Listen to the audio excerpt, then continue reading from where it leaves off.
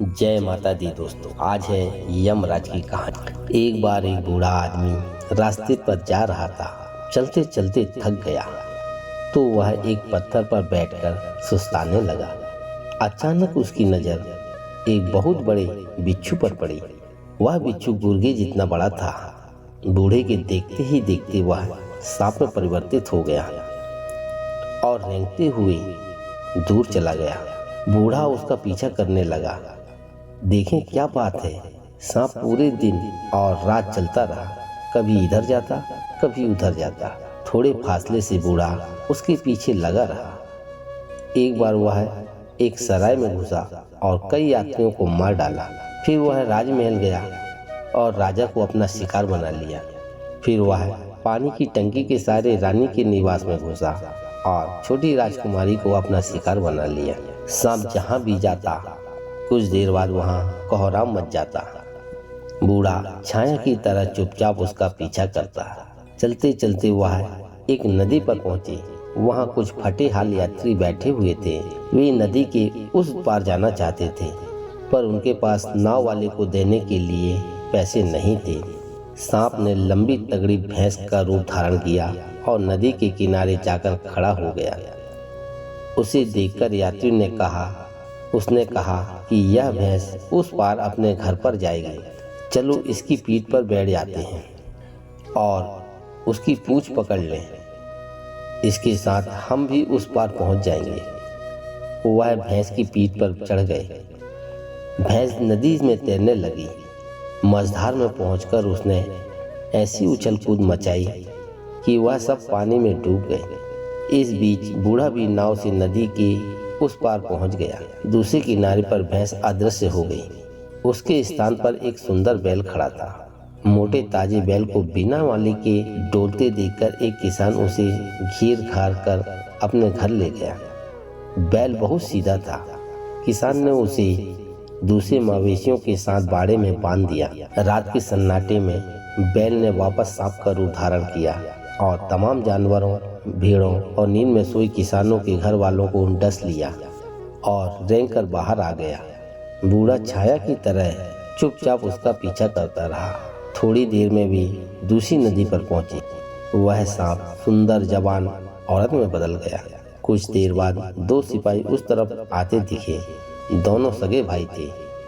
उनके पास आने पर वह औरत जोर जोर से रोने लगी। भाइयों ने पूछा, क्या बात है, तुम यहाँ अकेली क्यों बैठी हो? सर्प स्त्री ने जवाब दिया, मैं और मेरा पति घर जाने के लिए नाव का इंतजार कर रहे थे। वह हाथ मुंह धोने के लिए नदी में गए और पांव फिसल जाने से डूबकर मर गए। यहाँ मेरा कोई नहीं है। मेरे रिश्तेदार बहुत दूर रहते हैं। उनके सौंदर्य से सम्मोहित बड़े भाई ने कहा, तुम चिंता मत करो, मेरे साथ चलो। मैं तुमसे विवाह करूंगा और तुम्हारा हर तरह से ख्याल रखूंगा।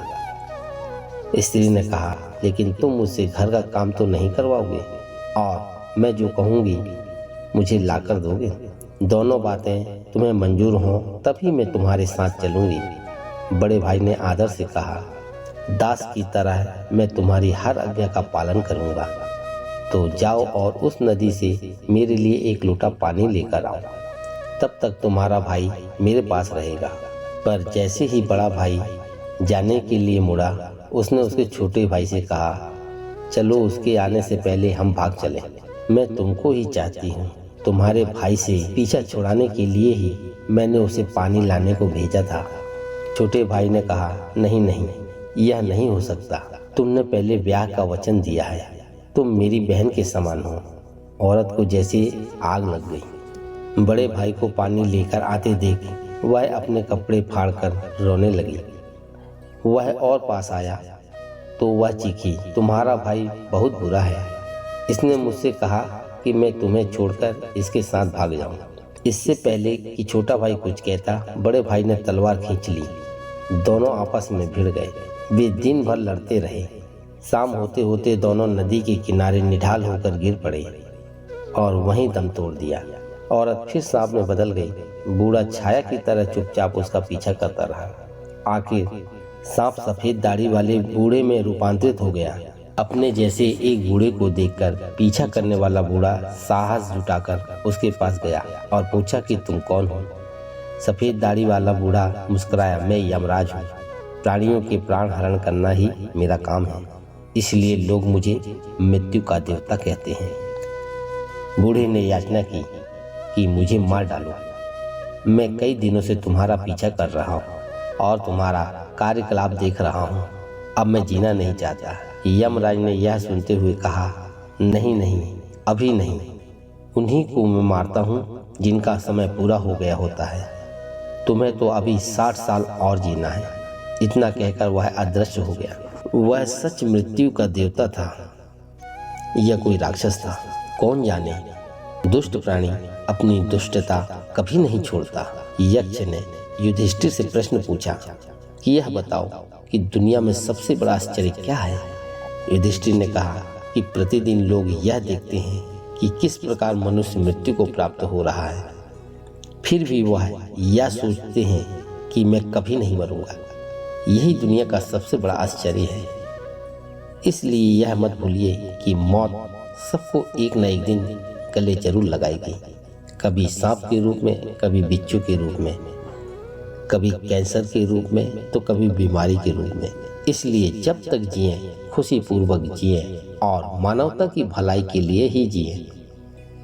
अगर आपको यह वीडियो अच्छी लगी हो तो कृपया लाइक करें, शेयर करें और सब्सक्राइब जरूर करें। कमेंट में जय माता दी जरूर लिखें। वीडियो के अंत तक बने रहने के लिए आपका बहुत बहुत धन्यवाद। कल हम फिर मिलेंगे एक नई वीडियो के साथ में। तब तक के लिए हम आपसे विदा लेते हैं। जय माता दी।